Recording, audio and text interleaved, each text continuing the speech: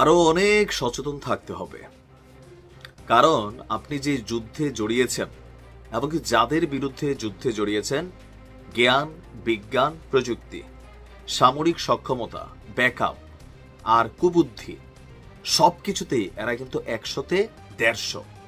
আর এরা যে 100-তে 150 সেটা বেশ কয়েকবার কিন্তু প্রমাণিত হয়েছে।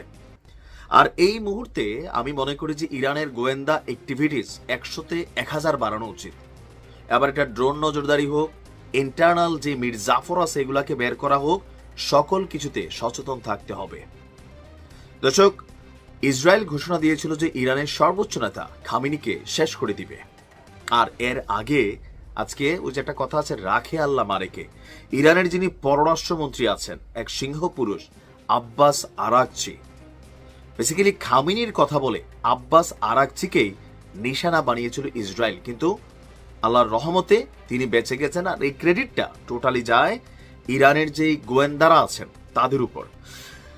ইরানের পররাষ্ট্রমন্ত্রী আব্বাস আরাকচিকে হত্যার একটি ইসরায়েলি ষড়যন্ত্র